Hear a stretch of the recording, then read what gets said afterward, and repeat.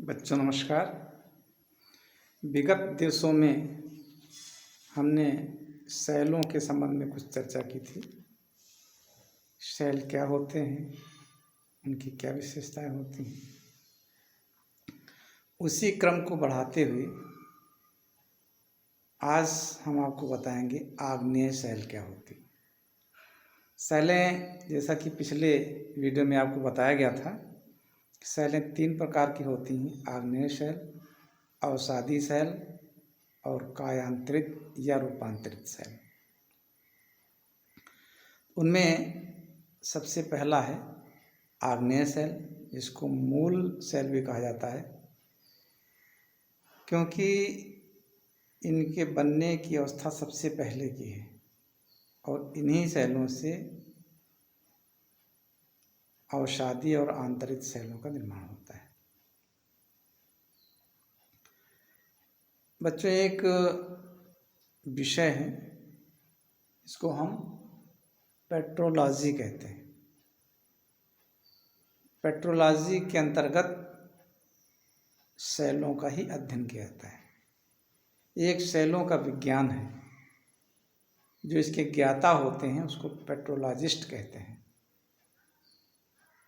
तो इस प्रकार से इस विषय का जो अध्ययन करते हैं पेट्रोलॉजिस्ट होते हैं, उनको बहुत सूक्ष्मता से, बहुत गहनता से सेलों का अध्ययन कराया जाता है। चलिए अपने विषय पर चलते हैं। आज पहले आग्नेय सेल क्या होती हैं, इनकी क्या विशेषताएं हैं, इस पर चर्चा करेंगे। तो आग्नेय सेलों की, चूँकि हम जानते हैं ज़मीन के अंदर बहुत अधिक तरल पदार्थ है, गर्म पदार्थ है, पिघला हुआ पदार्थ है, उसी के ठंडे होने से आग्नेय सेल बनती हैं। वो चाहे आंतरिक भाग बनती हों या ऊपर निकल करके ज्वालामुखी के द्वारा ऊपर निकल करके ऊपर बनती हों, इनको आग्नेय सेल कहा जाता है। इनकी सबसे पहली विशेषता ये कठोर होती।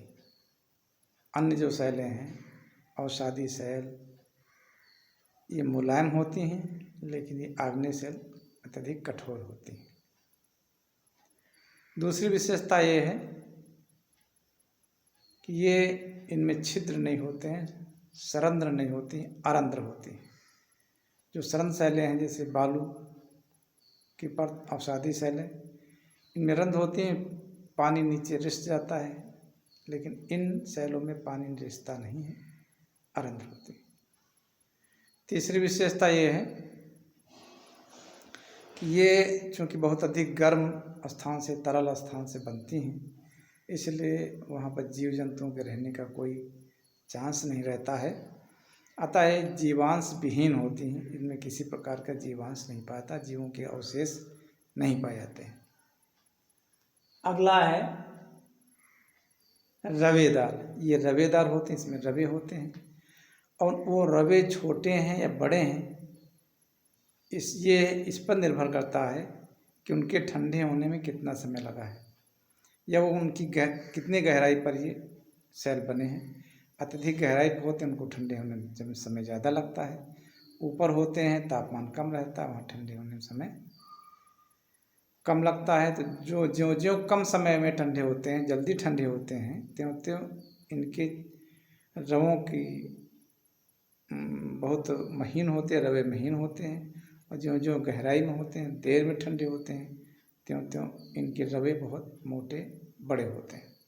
इस प्रकार से ये रवेदार चट्टानें होती हैं। अगला है, इसमें परतें नहीं पाई जाती। जैसे अवसादी सेलों में परतें पाई जाती हैं विभिन्न प्रकार की, लेकिन इनमें किसी प्रकार की कोई परत नहीं पाई जाती है, ठोस होते हैं। अगला है, इनको कितने भागों में विभाजित किया जाता है। तो स्थिति के आधार पर इनका वर्गीकरण 2 भागों के आता है। एक है अंतर्वेधी और दूसरा है बहिर्वेधी। अंतर्वेधी वे आग्नेय सेल होते हैं जो ज़मीन के अंदर ही मैग्मा के ठंडे होने से जिनका निर्माण होता है, वे अंतर्वेधी चट्टान कहलाते हैं, सेल कहलाते हैं। ये जितना ही गहराई से होंगे, ये भी 2 प्रकार के होते हैं। एक है पातालीय और दूसरा मध्यवर्ती। पातालीय मतलब अत्यधिक नीचे गहरे स्थान पर बहुत अधिक गहराई में जो जिनका जमाव होता है वो पातालीय कहलाते हैं। इनके रवे बहुत बड़े होते हैं। और दूसरा मध्यवर्ती, ये बहुत अधिक गहराई में न होकर के थोड़ा सा ऊपर उठ करके निकलते हुए दरारों के बीच में, परतों के बीच में इनका जब जमाव हो जाता है तो इनको मध्यवर्ती आग्नेयशैल कहते हैं। इनके रवे महीन होते हैं। तो यही अंतर होता है दोनों में। दूसरा है बहिर्वेदी। बहिर्वेदी आग्नेयशैल वह होती हैं जो ज़मीन के अंदर न जम करके ज़मीन के ऊपर जमती हैं। लावा का जमाव, मैग्मा का जमाव ऊपरी सतह पर होता है, इनको बहिर्वेदी कहते हैं। ये लावा जब ज्वालामुखी के माध्यम से ऊपर आता है और ऊपर जम जाता है पृथ्वी के ऊपरी सतह पर, तो इनको बहिर्वेदी कहा जाता है। इनमें इनकी विशेषता होती है, इनका जमाव बहुत जल्द होता है।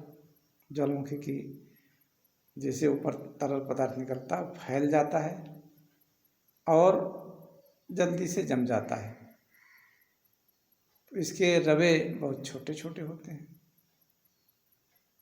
ज्वालामुखी पर्वत इनका एक अच्छा उदाहरण है। अंतर्वेदी का ग्रेनाइट एक बहुत अच्छा उदाहरण है। ग्रेनाइट आग्नेयशैल है जो अंतर्वेदी जमीन के अंदर पाई जाती है, बहुत ठोस होती है। तो इस तरह से ये स्थिति के आधार पर आग्नेयशैलों का वर्गीकरण हो गया। दूसरा है रासायनिक संरचना के आधार पर आग्नेयशैलों का वर्गीकरण। रासायनिक संरचना के आधार पर पहले भी आपको बताया जा चुका है। ये 5 प्रकार की होती हैं। एक है बैथोलिथ, दूसरा लैकोलिथ, तीसरा लैपोलिथ और चौथा फैकोलिथ और अगला है सिल या डाइक। जमीन के अंदर ही जब आग्नेयशैलों का निर्माण होता है 5 तरह से होता है। पहला है बैथोलिथ। जमीन के अंदर जब बहुत गहराई में और बड़े गुंबदाकार रूप में इनका जमाव होकर के ठंडे होते हैं, शैलें बनती हैं, तो इनको बैथोलिथ कहा जाता है।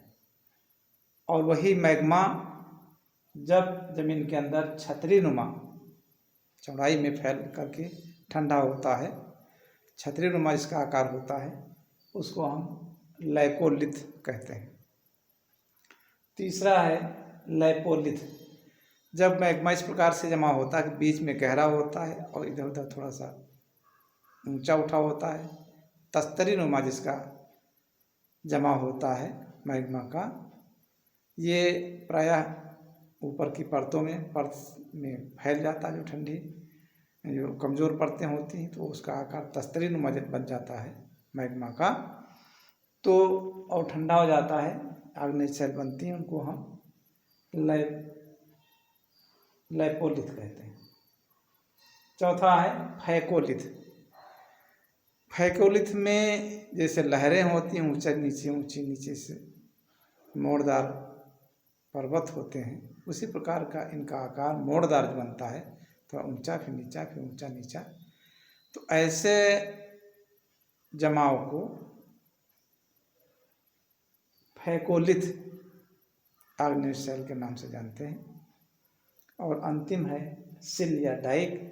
जब मैग्मा का जमाव एकदम खड़ा पतला गुंबदाकार नहीं, वो खंभा का, जैसे खंभा होता है पतला, जैसे डाइक होती है, डाइक पे टीचर लोग पढ़ाते हैं, ऐसा खड़ा होता है खंभे जैसा।